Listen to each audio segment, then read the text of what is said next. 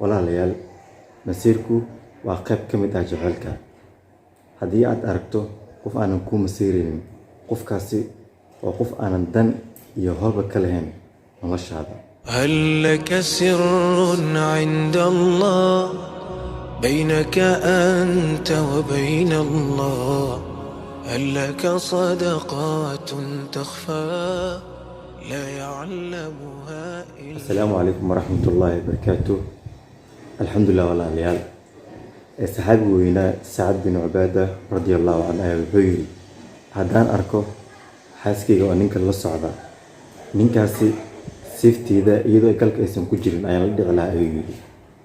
intaas kadib hadalkii waxaa la gaarsiiyey rasuulka sallallahu alayhi wasallam. rasuulka sallallahu alayhi wasallam wuxuu yiri, ma waxaad la yaaban tihiin masiirka Sacad? rasuulka sallallahu alayhi wasallam wuxuu yiri, Allah ayaan ku dhaartay, aniga Sacad aniga ayaa ka masiir badan ayuu yiri, anigana Allah subhanahu wa ta'ala ayaa iga sii masiir badan ayuu yiri. xadiiskaas waxaa wariyay Bukhari. walaalayaal masiirku waa qayb ka mid ah jacaylka. haddii aad aragto qof aanan ku masiiraynin, qofkaasi waa qof aanan dan iyo hawlba ka lahayn noloshaada.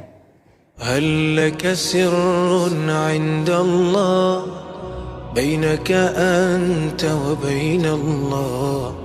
هل لك صدقات تخفى لا يعلمها إلا الله؟